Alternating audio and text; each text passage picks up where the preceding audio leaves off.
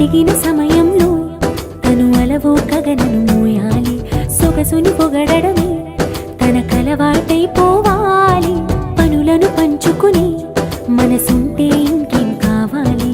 అలకని తెలుసు